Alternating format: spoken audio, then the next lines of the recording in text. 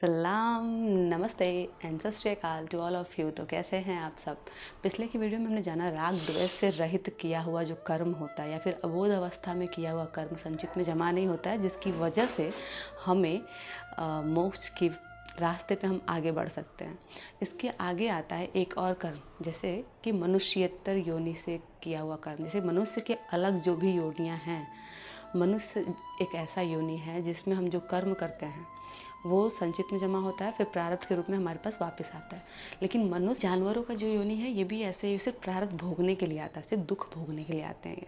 जितने भी गलत कर्म किए हैं उनके हिसाब से वो सारे दुख इस जानवर योनि में भोगने के लिए वो आते हैं। चाहे कीट मकोड़ा, चाहे जो भी जानवर बन जाए, वो सब सिर्फ प्रारब्ध भोगने के लिए आते हैं अपना। इसकी तरह से होती है देव योनि। जो देवताओं, हमारे जो देवता लोग होते हैं, वो योनि होती है कि हमारे पास जितने भी, वो भी भोगने के लिए ही आते हैं, लेकिन उनके पास जो पुण्य कर्म होते हैं, जितना ज़्यादा आप पुण्य कर्म करेंगे आपको देव योनि मिलेगी। और उस योनि में आपको, जब तक आपके पुण्य नष्ट नहीं हो जाते, मतलब जब तक आपके पुण्य खत्म नहीं हो जाते, तब तक आप उस देव योनि को भोगते रहेंगे। और जैसे ही वो आपके पुण्य कर्म खत्म होते हैं, आपको वापस से इस सृष्टि में भेजा जाएगा और फिर से आपको वहाँ से स्टार्टिंग करना पड़ेगा। आत्मा से परमात्मा तक का सफ़र फिर से तय करना पड़ेगा। तो ये है भोग योनि। जैसे कि देव योनि में सिर्फ सुखों को भोगने के लिए देवता की योनि मिली जाती है, और जो जानवर योनि है उसको क्या है, वो सिर्फ अपना दुख भोगने के लिए आते हैं, अपने प्रारब्ध कर्म को निपटारा करने के आते हैं, कर्म को काटने के लिए वहाँ पे आते हैं। अब इन दोनों के सबसे ऊपर आता है देव योनि, उसके बीच में आता है और सबसे नीचे आता है जानवरों की जो योनि है, जो प्रारब्ध भोगने के लिए आते हैं। जो सिर्फ दुख भोगने के लिए आते हैं वो सबसे नीचे होते हैं, और जो सिर्फ सुख भोगने के लिए आते हैं वो सबसे ऊपर होते हैं, देव योनि जिसको बोला जाता है। अब इन दोनों के बीच में आती है मनुष्य योनि। एक यही ऐसी योनि है जहाँ पे या तो आप अच्छे कर्म करके देव योनि में जा सकते हैं, या तो बुरे कर्म करके प्रारब्ध भोगने के लिए अपने से छोटे, यानी कि ये जो दुख योनि है उसमें जा सकते हैं। तो ये बहुत बड़ा वरदान नहीं कह सकते हैं इसको, कि आपको मनुष्य का शरीर मिला है तो इस शरीर का उपयोग कीजिए। इस शरीर से आपको जो भी आपके जो कर्म है, इस कर्म को बनाइए, अच्छे से अच्छा कर्म कीजिए और आत्मा को अपने परमात्मा तक ले जाने का सफ़र जो है इसको तय कीजिए।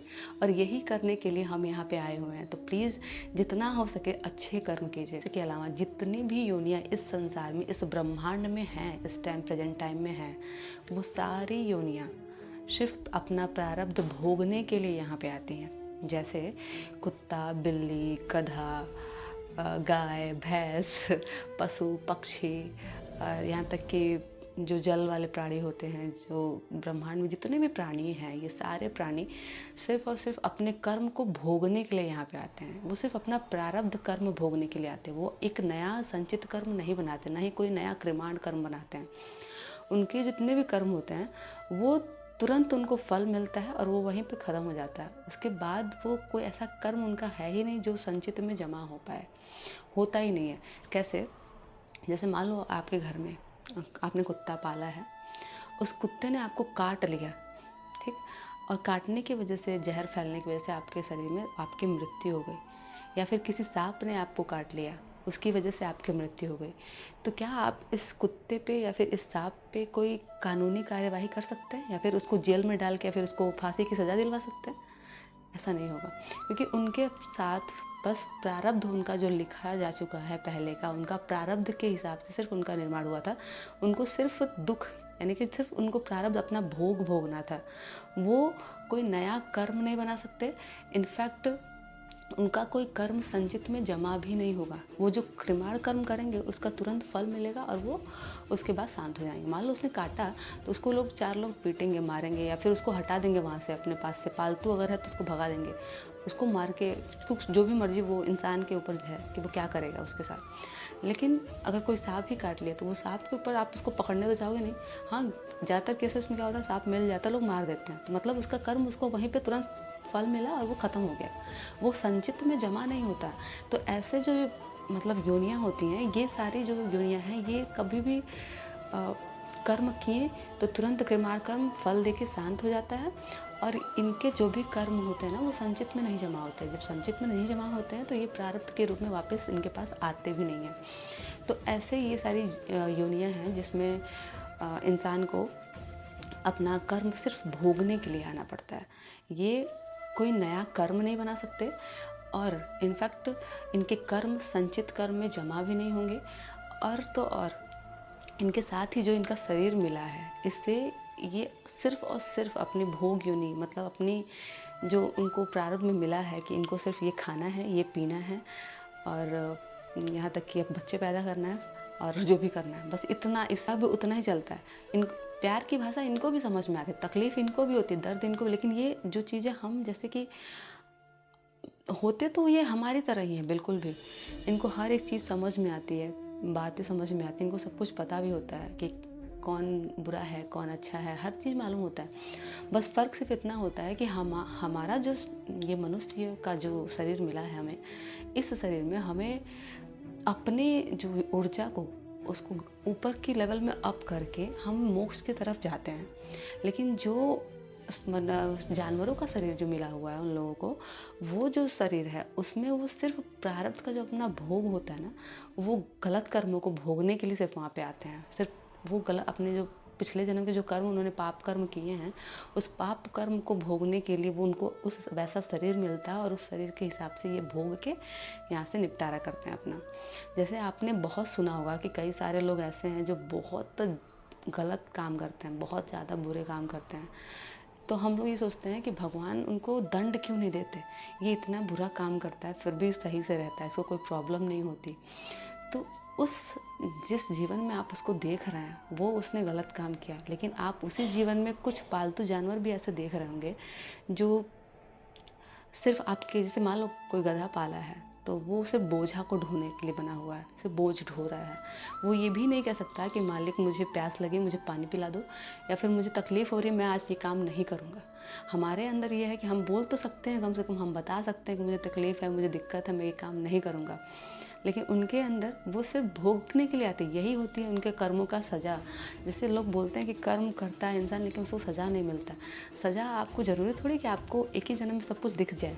अगर ऐसा दिखने ही लगे, सबको पता ही चल जाए कि आज जो हम कर्म कर रहे हैं उसका फल हमको मिल जाएगा, तो लोग अच्छे कर्म क्यों ना करने लगे। लोगों को लगता है कि पिछले जन्म का जो कर्म होता है ऐसा कुछ भी नहीं होता, पिछला जन्म होता ही नहीं, पुनर्जन्म नहीं होता है। बाकी ये सारी चीज़ें उन लोगों को लगता है कि नहीं होता है, लेकिन ये चीज़ें हैं, एग्जिस्ट करती हैं ब्रह्मांड में, ये सारी चीज़ें एग्जिस्ट करती हैं। आप जो कर्म कर रहे हैं उस कर्म का फल या तो आपको इस जन्म में भोगना पड़ेगा या तो अगले जन्म में भोगना पड़ेगा। तो जो आप ये जो गधे या फिर घोड़े, कुत्ते, बिल्ली, ये सब जो देख रहे हैं आप, ये सब अपने कर्मों का भुगतान ही तो कर रहे हैं। यहाँ पे क्या कर रहे हैं? आखिर उनको जब मनुष्य का शरीर मिला होगा, भगवान ने उनको दिया होगा शरीर, तो उन्हें ये बताया गया होगा कि आपको ये शरीर मिला है, तो इस शरीर से आपको ये काम करने हैं, क्योंकि आपको अपनी ऊर्जा को अपर लेवल में ले जाना है और उसको आपको आत्मा से परमात्मा तक मिलाना है अपनी ऊर्जा को। इसके लिए आपको ये मनुष्य शरीर मिल रहा है। तो अगर आपको मनुष्य शरीर मिला उसके बाद भी आप गलत काम कर रहे हैं, लोगों को दुख दे रहे हैं, तकलीफ़ दे रहे हैं, किसी को इंसान की तरह ट्रीट नहीं कर रहे हैं, जानवरों जैसा सलूक कर रहे हैं लोगों के साथ, वो क्या खा रहा है, क्या पी रहा है, ये देख रहे हैं, आपकी ऊर्जा इन्हीं सब में व्यस्त रहती है कि वो मेरी ज़मीन ले लेगा इतना, या फिर ये, तो इन सारी चीज़ों से बाहर निकलना है। क्योंकि जितना आप अच्छे कर्म करेंगे ना, उतना आपकी लेवल, उतनी आपकी ऊर्जा अप होगी। और इसी कर्म के लिए हम यहाँ पे धरती पे इस मनुष्य श्रेणी में हमें ये वरदान मिला है कि आपको मनुष्य जीवन मिला है, आपको मनुष्य शरीर मिला है, जिसकी वजह से आप अपनी ऊर्जा को लेवल अप करके बढ़ा सकते हैं और अपनी आत्मा को परमात्मा से मिला सकते हैं। और इसी काम के लिए आपको ये मतलब मनुष्य का शरीर मिला है। अक्सर लोग बोलते हैं कि पूजा पाठ, भक्ति, आध्यात्मिक, ये सब चीज़ें नहीं करनी चाहिए। ठीक है, मत करो ये सारी चीज़ें, लेकिन कम से कम आप अच्छे कार्य तो कर सकते हो। इस जो ब्रह्मांड है, जो ये यूनिवर्स है, इसका एक रूल है, आपको इस रूल के तहत चलना होगा। अगर आप ज़बरदस्ती करेंगे, नहीं चलेंगे, तो उसका दंड भी आपको भोगना होगा। कैसे? आपको लगेगा कि हम दंड नहीं भोग सकते, लेकिन आपको जो शरीर मिला, कुछ दंड तो आपको उसमें भी मिल जाएंगे। लेकिन कभी कभी आपने देखा है कि बहुत बुरे कर्म करने वाला इंसान, कभी कभी होता है कि मरने के बाद उसके शरीर में कीड़े पड़े हुए हैं, ऐसे इधर उधर, मतलब बहुत सारे केसेस वैसे देखने को मिलते हैं। यहाँ तक कि मरने के बाद भी उनको शांति नहीं मिलती, फिर उसके बाद वही नया जन्म मिलता है उनको, आपने कभी आपको याद होगा, आप कभी वैष्णो देवी या फिर कहीं और भी गया हो, तो वहाँ पे घोड़े होते हैं, गधे होते हैं, खच्चर होते हैं। इन सभी के ऊपर इंसान, एक तो खच्चर 80, मान लो वो बेचारा 60 किलो का, चाहे 80 किलो का होगा, अब उसके ऊपर एक इंसान बैठ जाएगा 80 किलो का, 90 किलो का। अब उस 90 किलो के इंसान को, उसको पूरा ऊपर तक, मतलब वैष्णो माता के मंदिर तक उसको लेके ढो के जाना है। और वो रास्ते में ये भी नहीं कह सकता कि मालिक मुझे प्यास लगी है या फिर मुझे भूख लगी है, मैं, और अगर कहीं रुका वो रास्ते में तो उसको 2-4 डंडे और पड़ेंगे, तेज़ चलो, ऊपर जाना है, वहाँ तक पहुँचाना है इनको।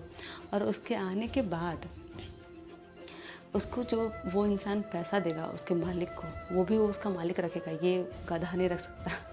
तो ये सब क्या है? ये कर्मों का फल ही तो है, जो हमें और आपको दिखाई ही नहीं देता।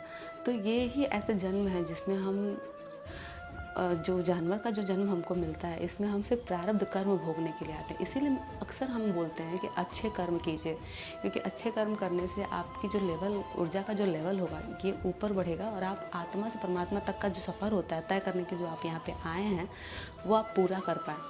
अगर मान लो आप पूरा करते करते आप किसी कारणवश नहीं कर पाए, आपका शरीर छूट गया, तो आपको फिर अगली योनि ऐसी मिलेगी, मतलब अगला जन्म ऐसा मिलेगा मनुष्य का, जहाँ पे आपको पहले से ही, स्टार्टिंग से ही आपको वातावरण वैसा दिया जाएगा, जहाँ पे आप अपने जो पिछले जन्म का जो आपका जो पूजा पाठ या फिर जो कर्म था उसको पूरा करें और आत्मा से परमात्मा तक के जाने का सफ़र तय करें। तो ये सारी चीज़ें होती हैं। यहाँ तक कि मनुष्य योनि ही सिर्फ एक ऐसी योनि है जहाँ पे आप संचित कर्म बना सकते हैं और इसको फिर प्रारब्ध के रूप में आप वापस आके आपको भोगना पड़ता है। अब यहाँ पे क्या करना है, आपको जब मोक्ष प्राप्त करने के सफ़र में आगे बढ़ना है तो आपको ऐसे कर्म करने पड़ेंगे जो क्रेमाण कर्म करके वहीं पे ख़त्म हो जाए, इसके आगे वो संचित में जमा ना हो। तो ऐसे कर्म आपको करने पड़ेंगे जो, जैसे आप कोई कर्म करो तुरंत वहीं पे ख़त्म हो जाए, मतलब उसका फल मिले और सेटल हो जाए, वो वहीं पे ख़त्म हो जाए, उससे संचित कर्म में वो जमा ना हो। ऐसे कर्म अगर आप करना स्टार्ट कर देंगे तो आपका जो आत्मा से परमात्मा तक का जो सफ़र है वो बहुत आसान हो जाएगा। तो ये है मनुष्य योनि। तो मनुष्य योनि के बारे में आप जान चुके हैं कि मनुष्य योनि कितनी ज़्यादा इम्पॉर्टेंट योनि है।